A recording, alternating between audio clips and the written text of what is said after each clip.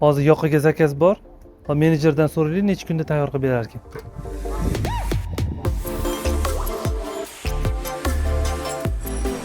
Xolmurod, yoqaga zakaz bor. Bu okeylangan yoqa. Shundan 3 ta razmer. 42, 44, 46 manjet komplektlari bilan necha kunda tayyor bo'ladi agar har biri 5000 tadan bo'lsa? Har bir 5000 tadan bo'lsa, namuna okeylangan bo'lsa,